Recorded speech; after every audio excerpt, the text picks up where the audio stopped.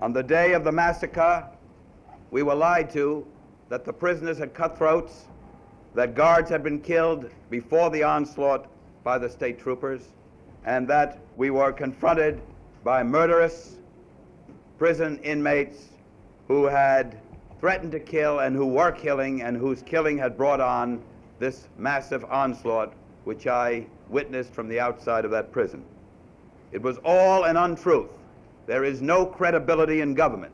It was all lies, and it was done to justify wanton, cold-blooded murder.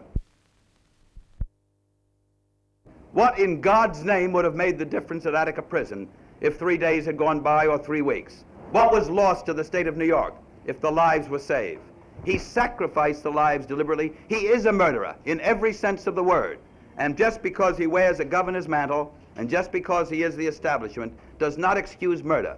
If those acts had been done by the prisoners, by Black Panthers, the whole establishment would be up and indicting, keeping in prison for several years as they did the Black Panthers.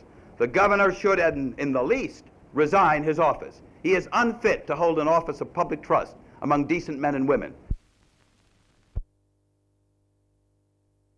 We don't know what has happened to them. We call the prison, they only, you give the name, you give the number, and they'll say, well, his name is not listed amongst the dead or the injured. And that's the only information we've had since it started.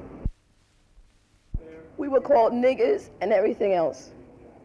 We were laughed at by the people in the area, by the guards,